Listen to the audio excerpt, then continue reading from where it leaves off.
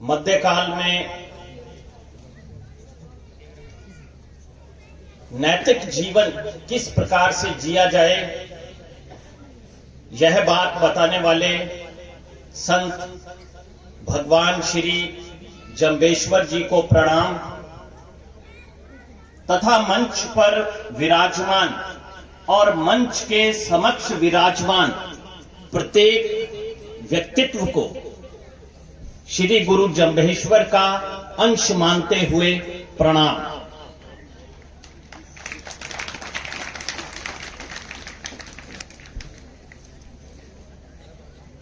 सबसे पहले बात करते हैं थोड़ी सी संक्षिप्त शब्दों में जंब दर्शन की। मैं पिछले कुछ समय से जंब दर्शन के विद्वानों से चर्चा कर रहा हूं ताकि मैं समझ सकूं कि भगवान श्री जंबेश्वर जी का दर्शन क्या है। वास्तव में वो दर्शन बहुत गहरा है लेकिन बेहद सरल भी है। जहां तक मैंने समझा है, दर्शन के भीतर ये छुपा है कि प्रत्येक व्यक्ति को नैतिक जीवन जीना चाहिए। अभी मेरी बात श्री रजनीश बिश्नोई से हो रही थी तो उन्होंने मुझे बताया कि 32वें शब्द में गुरुजी ये कहते हैं कि आचरण की पवित्रता बहुत ही ज्यादा महत्वपूर्ण है। इस शब्द में वे व्याख्या करते हुए कहते हैं कि करण, दधीच, शिवी और बलि राजा, इन सब ने दान के माध्यम से प्रयास किया, लेकिन सबसे ज्यादा प्रतिष्ठा भगवान श्री राम को मिली क्योंकि उन्होंने अपने आचरण को श्रेष्ठ रखा।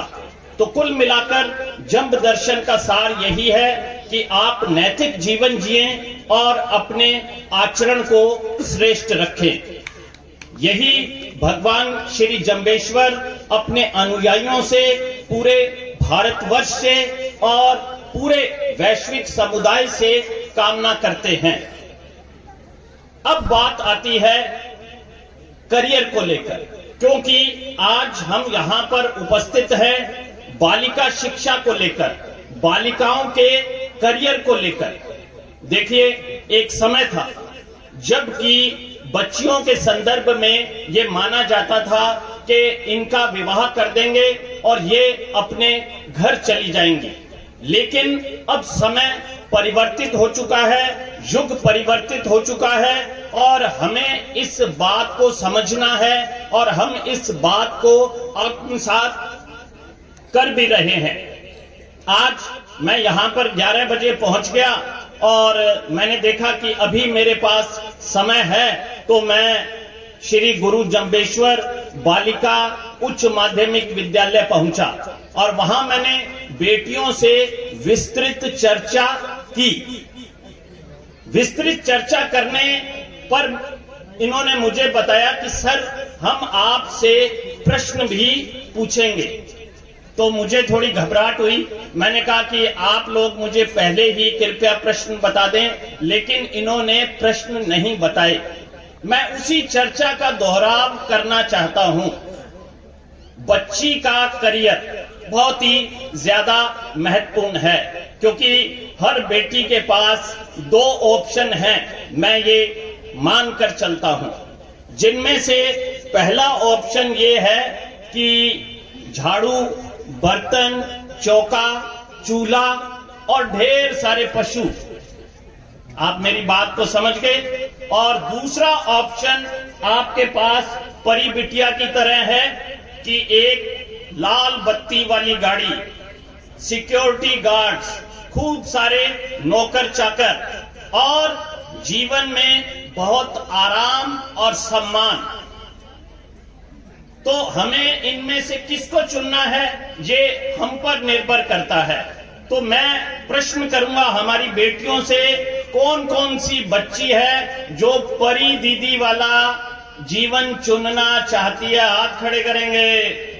अरे, सभी चुनना चाहती हैं। अच्छा, अब मेरा प्रश्न यहां उपस्थित मातृशक्ति से, माताओं से, कौन कौन अपनी बच्ची के लिए परी बिटिया जैसा जीवन चुनना चाहती है वो भी हाथ खड़े कर दें। बहुत बढ़िया, बहुत बहुत धन्यवाद। यानी कि प्रत्येक माँ और प्रत्येक बेटी ये चाहती है कि हमें एक आरामदेह जीवन चाहिए, एक बड़ा पद चाहिए, प्रतिष्ठा चाहिए, जैसे कि परी बिटिया को प्राप्त हो रही है। अब बात आती है कि वो प्राप्त कैसे होगी, ये एक मुद्दा है। लेकिन मैं बेटियों के साथ साथ हमारी मातृशक्ति से, हमारी माताओं से, अपनी बहनों से ये मैं आग्रह करना चाहूंगा कि वो सिर्फ अपनी बेटियों पर ध्यान न दें, जो किसी दूसरे की बेटी उनके घर आई हुई है यानी कि बहू, उस पर भी जरूर ध्यान दें। अगर वो पढ़ना चाहती है तो उसे अवश्य पढ़ाएं। और मेरे पास ऐसी सासू माओं के उदाहरण हैं जिन्होंने अपनी बहुओं को फर्श से अर्श तक पहुंचा दिया। तो मां भी श्रेष्ठ बने, अपनी बेटी के भविष्य को निर्धारित करें, ऊंचाइयां निर्धारित करें, और इसके अतिरिक्त सास भी श्रेष्ठ बने। तो हमारी बात हो रही थी बच्चों से, बेटियों से। आपको करना क्या है, मैं समय बहुत ही कम लूंगा। सबसे पहले एक काम करना है। मैं एक फार्मूले का जिक्र करने जा रहा हूं जिसे मैं TPW का फार्मूला कहता हूं। T का मतलब है टारगेट, अर्थात लक्ष्य। आज सुबह भी मेरी बेटियों से बात हुई तो प्रत्येक बच्चे को अपना लक्ष्य फिक्स करना है। तो मैं बच्चियों से पूछना चाहूंगा कि IAS कौन कौन बनना चाहती है? ठीक है। और अन्नू दीदी की तरह RPS कौन कौन बनना चाहती है? हाँ, हाथ खड़ा करें, घबराए नहीं। जो सोचेगा वो वही प्राप्त कर लेगा। और फिर मेरा प्रश्न ये है कि टीचर कौन कौन बनना चाहता है? बिल्कुल सही। अब आज सुबह मेरी एक बात हुई थी, जैसे कि चर्चा में आ रहा था कि हर कोई तो गोल अचीव नहीं करेगा। कोई बात नहीं, हम प्लान B को भी अपने साथ लेकर चलेंगे। मैंने बताया था कि बेटियां 12वीं के साथ प्री BSTC और 4 ईयर इंटीग्रेटेड BA B.Ed की परीक्षा पर काम कर दें, और सहारण साहब जैसे विद्वान प्रिंसिपल आपके पास हैं, आपका स्टाफ है, उनकी डायरेक्शन में काम करें और अपने लक्ष्य का निर्धारण करें। आज आप IAS से मिले, आज आप IPS से मिले, आज आप RPS से मिले, आज आप RAS से मिले, और भी कितने ही लोगों से मिले, और अभी डॉक्टर साहब से भी आपकी मुलाकात तो होगी। तो अपने टारगेट को फिक्स करें, लक्ष्य का निर्धारण करें। आज सभी माताओं से भी मेरा आग्रह है कि वे घर जाकर पहला काम यही करेंगी कि अपने बच्चों से पूछेंगी, चाहे लड़का हो चाहे लड़की, कि भाई तू क्या बनेगा। जब हम पूछते हैं तो वो अपना लक्ष्य निर्धारित करने लगता है, धीरे धीरे क्रमिक रूप से। तो टारगेट फिक्स करें और प्लान B को भी मजबूत रखें कि अगर ये नहीं तो ये जरूर हम हासिल कर लेंगे। अब बात आती है किस पर? TPW की बात हुई थी। P का मतलब है प्लानिंग, यानी कि योजना। अब योजना क्या हो सकती है, उसे कॉपी पर लिखें। अगर आप IAS बनना चाहते हैं तो परी दीदी जैसे IAS अधिकारियों से जब भी आपकी मुलाकात होती है तो उनसे पूछें कि कैसे बनते हैं।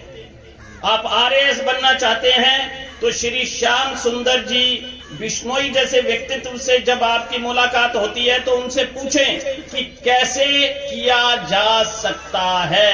तो प्लानिंग तैयार करें। आप घर बैठकर अपनी प्लानिंग भी तैयार कर सकते हैं। और फिर बात आती है सबसे बड़ी बात W की। W का मतलब पता है क्या है? वर्क, यानी कि मेहनत। अभी हम क्या करते हैं कई बार कि रात को 8 बजते बजते खाना खा लेते हैं और फिर हमें नींद आने लगती है। तो नींद लेने वाला गोल अचीव नहीं करेगा, मेहनत करनी पड़ेगी। तो फार्मूला याद रखेंगे, TPW, यानी कि टारगेट, प्लानिंग और वर्क। बस लक्ष्य आपको प्राप्त हो जाएगा। एक मैं माताओं से फिर आग्रह करना चाहूंगा। मैं परी बिटिया की मम्मी श्रीमती सुशीला बिश्नोई से मिला तो मुझे ये लगा कि अगर परी की उपलब्धि है तो इसके पीछे उनकी मां की भूमिका ज्यादा है। तो बस ठीक वैसी ही भूमिका निभाएं जैसी कि परी बिटिया की मम्मी ने निभाई। आप सबका ये नैतिक दायित्व है। तो इतनी सी बात मुझे कहनी थी, लेकिन अब एक बात मैं और कहना चाहूंगा।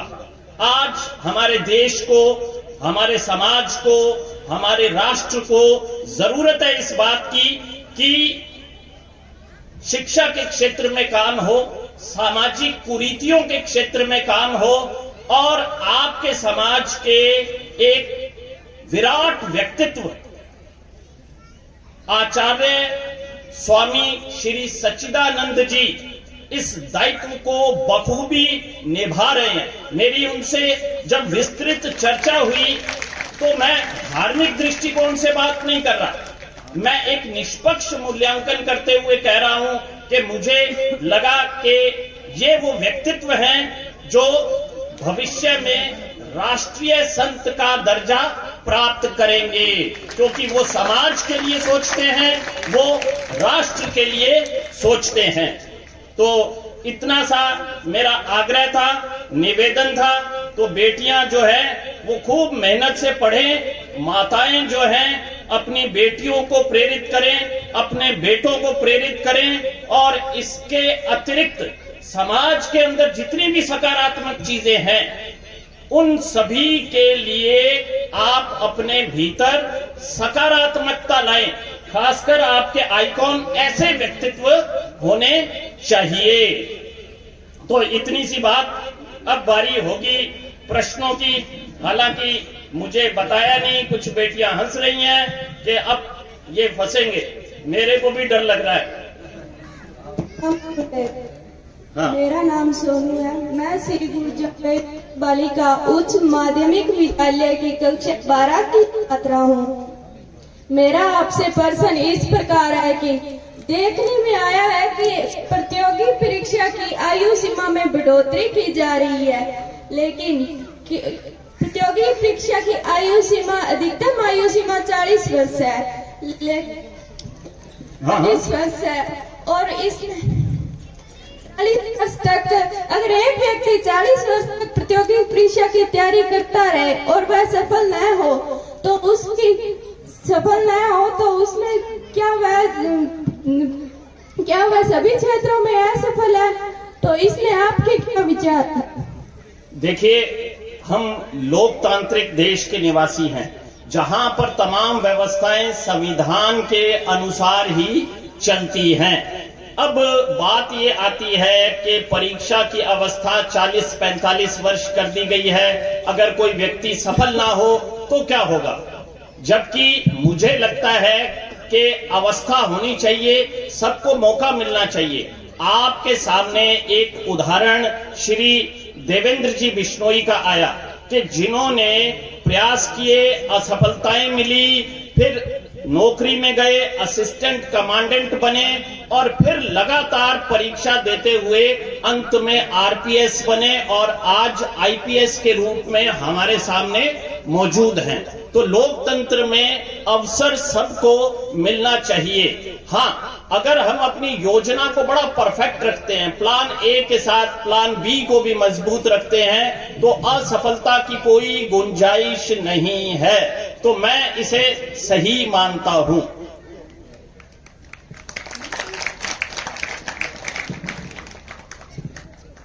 प्रश्न 2। प्रणाम गुरुदेव। आशीर्वाद। मेरा नाम नीतू बिश्नोई है। मैं श्री गुरु जम्बेश्वर बालिका उच्च माध्यमिक विद्यालय की कक्षा 12 की छात्रा हूँ। गुरुदेव, मेरा आपसे यह प्रश्न है कि आप बेहद कम फीस में निःशुल्क कोचिंग सेंटर चला रहे हैं। कोचिंग सेंटर चला रहे हैं, लेकिन कई संस्थान आरएएस जैसी कई प्रतियोगी परीक्षाओं के लिए लाखों रुपए फीस लेते हैं। फिर भी दोनों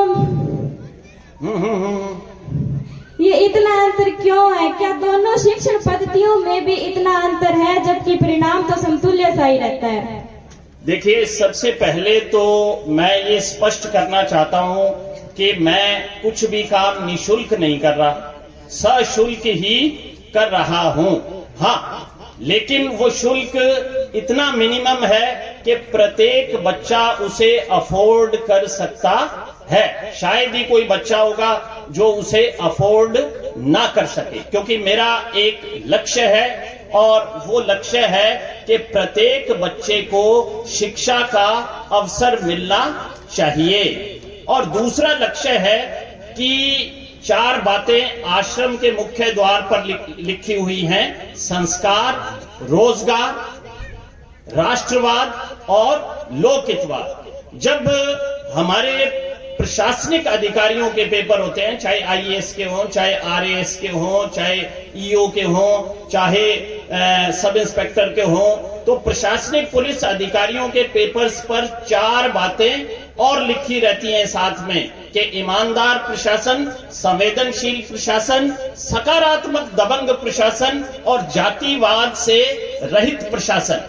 आश्रम का लक्ष्य है एक सुंदर समाज का निर्माण करना। उसके लिए मैं और मेरे बहुत सारे साथी प्रयासरत हैं। जहां तक रही विभिन्न कोचिंग सेंटर्स की बात, मेरा ये मानना है कि संसार का प्रत्येक गुरु, प्रत्येक शिक्षणालय बेहद अच्छा है, क्योंकि हर गुरु, हर शिक्षणालय का एक ही लक्ष्य है और वो है कि उसका बच्चा चयनित होना चाहिए, उसका बच्चा संस्कारित होना चाहिए। तो सभी गुरु और सभी शिक्षणालय श्रेष्ठ हैं। शिक्षण पद्धति की बात करें तो जब नाम आश्रम है तो शिक्षण पद्धति भी हमारी परंपरागत ही है। तो शिक्षण पद्धति में जरूर थोड़ा बहुत अंतर आपको देखने के लिए मिल जाएगा, लेकिन प्रत्येक अध्यापक और